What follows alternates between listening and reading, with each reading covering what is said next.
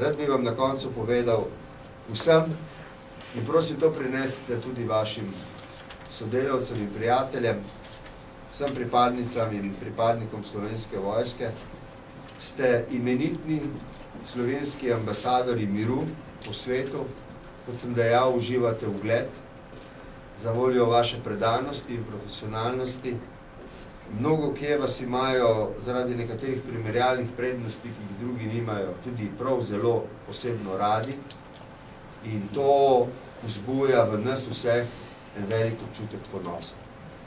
Rad bi vam zaželel, da te praznike, božične in novoletne preživite v miru in da omogočite s svojim delom, da ga bodo tako v miru in doživeto preživljali tudi ljudje v državah, kjer danes ni tako mirno, kot je pri nas v Sloveniji. Vam želim vse najboljše. Hvala lepa.